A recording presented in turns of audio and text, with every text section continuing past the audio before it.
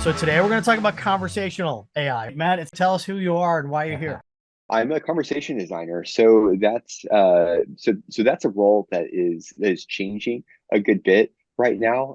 There is now just like more and more interesting capability within the world of AI, specifically generative AI, and GPT, all the rest. That's really transforming the space and transforming my work, and so I just love working on the leading edge of innovation and getting to work every day with people who are imagining the future and making it real. That's Love that. actually a good opener, and that everybody's talking about like conversational design is just becoming prompt engineering, right? Is Hmm. what Hmm. is what from your point of view? You're in a unique position, right? This is Yeah. your day to day. First of all, what the hell is a conversational designer? So a conversation designer is someone who is basically the advocate for um, users in any conversation that's automated. So a conversation between a human and a thing. Conversation designers kind of start by just sort of understanding what needs to happen in the course of this conversation, and just making sure that the automated side of that conversation, the bot or the conversational AI is going to interact, that it makes sense, and that it's a conversation that a human would actually want to be part of, that a human would uh, find useful, if not even enjoyable. Do you have to hard code every path? Like, how does that work when it comes to AI and designing conversations? Is it something you have to predict is going to happen and create experiences for each one of those, or is it something that AI can handle? In the past, it was something that we would look at every junction in the conversation. Every question was written out, and we would anticipate any one of the answers that we could get. But what's interesting now is that we're moving away from that into something that it's a little bit more fluid. It's a little bit more dynamic, and frankly more intelligent. And I know that's a fun buzzword in the world of artificial intelligence, but that's what's going on. But there still have to be some guardrails around that. We still have to generally kind of adhere to certain business processes, and there's a goal at the end, and we need to still make sure that we get the user there. So using prompt engineering, prompt design, uh, is one of the ways that we do that. Yeah, that's actually, I love that answer. And it makes me curious about how you see the field of conversational design evolving even over the next 12, 18, 24 months, over the next couple of years. Mhm. Because to your point, there are some things that generative AI can do on its own, but then there's also Mhm. these business processes that need to happen repeatably and predictably. And there's got to Yeah. be some sort of balance or some sort of happy medium. So, how do you interpret that? How do you see the space evolving? And how can you make sure that you're both delivering these incredibly intelligent conversations, but also the predictability, consistency, repeatability that businesses and enterprises need? The big challenge, I think, over the next 12 to 18 months is that we're going to be kind of creating these hybrid solutions. We use NLU, natural language understanding, to kind of predict and bucket the kinds of things that users would say, that they would ask about. And generative AI is starting to creep in there.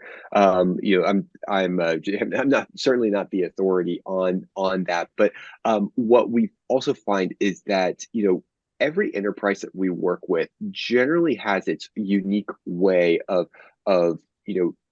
maybe not asking this a particular series of questions to users. That tends to be for example, if you're booking a flight with one airline versus another airline, like they all are going to need to ask you some version of where are you flying from, where are you flying to, when are you flying, and maybe when are you returning, and how many people are flying, et cetera, et cetera. That's the same. But what's not always the same is a lot of that kind of back end decisioning and these APIs, and these particular business processes that are unique following my example, airline by airline by airline. And so there are places where generative AI might not know what to do or how to kind of connect in because because at this time it just can't. And so we are going to be creating these hybrid solutions in which maybe we get started with generative AI, and generative AI helps us flesh out some of that more conversational piece. What is actually being like the language that's going back and forth to and from users.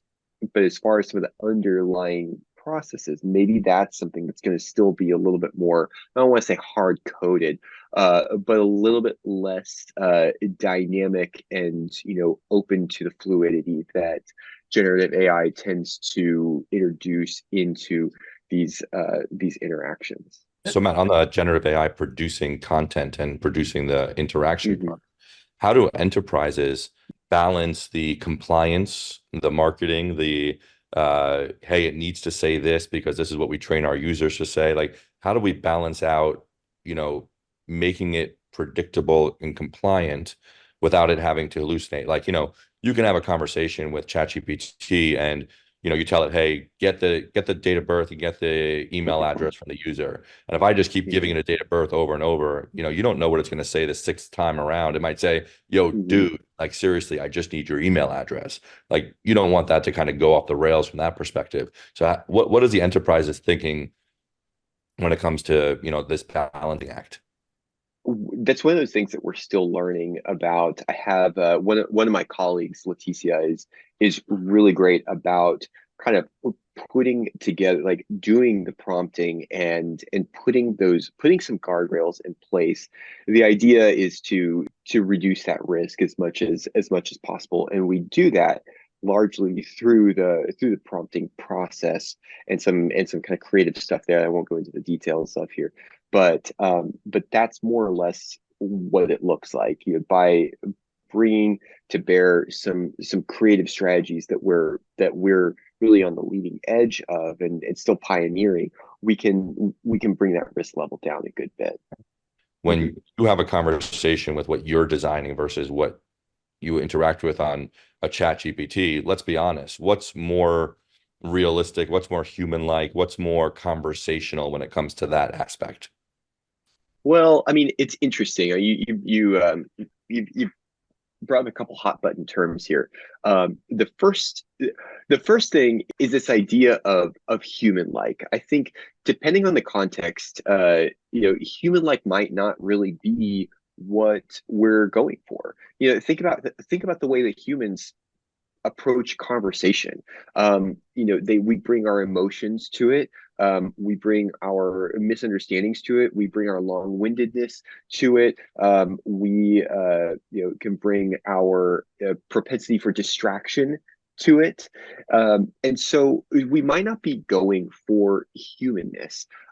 When I think about the way I'm going to measure is really the efficacy of these conversations, I'm thinking about some other things. I'm thinking about usefulness. I'm thinking about just the efficiency of having a conversation, because like more often than not, especially in an enterprise context, no one is coming to a conversational experience to just have some fun. Like, no, they're coming in because they need something. They need an answer. They need something done, and they don't have time. Like they want to get back to work. And so you've got to be efficient, useful, efficient. Make it easy.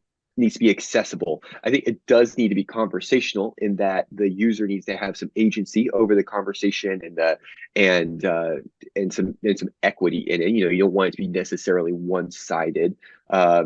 But it's like I want my conversational partner to be credible and obviously intelligent. And so as I interact with these generative systems, I see them checking more of the boxes. And the thing about that is when you start to never mind human-like.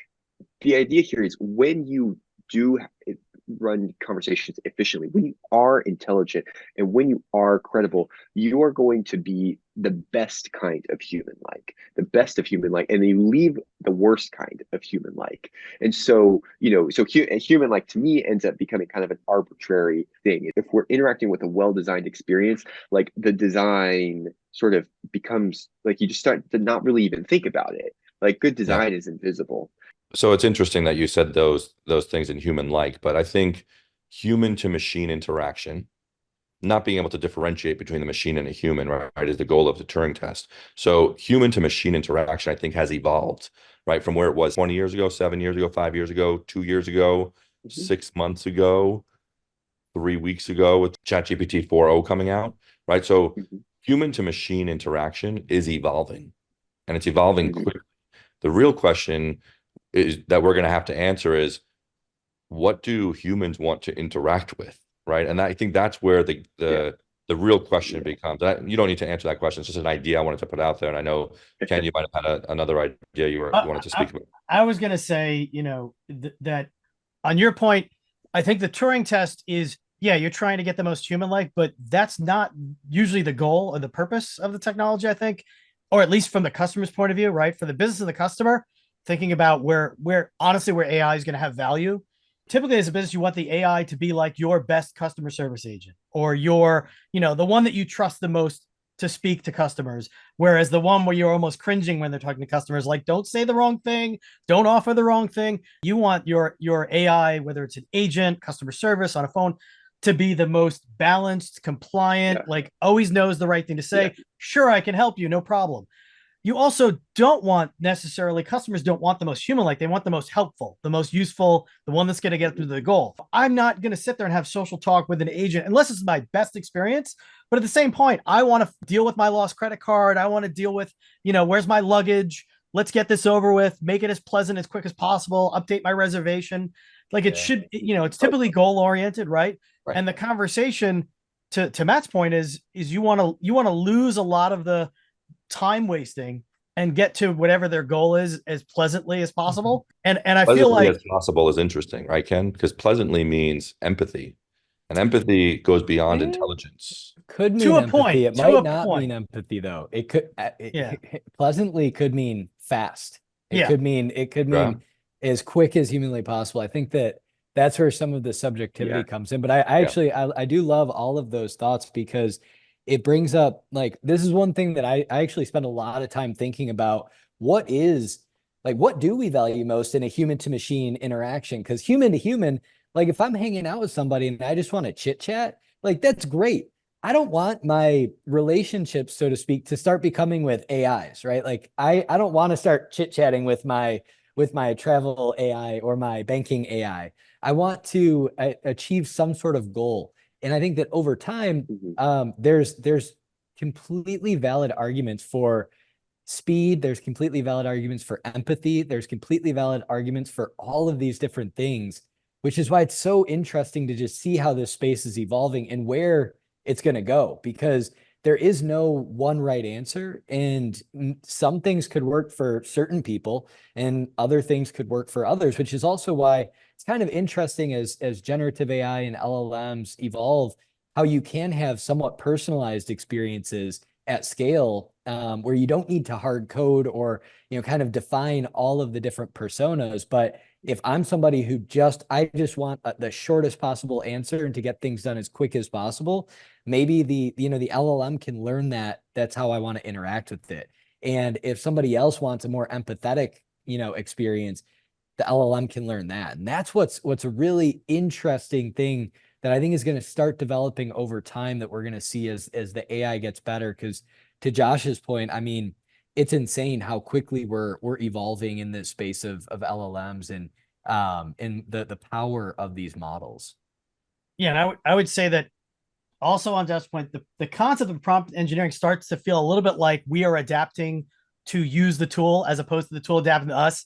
Like, if you talk to one of these bots and be like, if you have to say, I ask for this, prompt engineering just feels like a fancy version of how do I adapt my ask so that the AI understands me or I get what I want out of it. And it feels like we're the ones being engineered to communicate with whatever the platform is. and not the reverse right now. So that I gave you a little feedback on your prompt engineering. Jeez, taking this one to the next level. I would say so. There was a meme that I just saw to kind of close it out on Matt's point of view. It's creative versus the technical, right? Is the one that I just recently saw is I want my AI to do my dishes and laundry so I can focus on art and music and not do the AI doing the art and music and I'm stuck doing the dishes and laundry.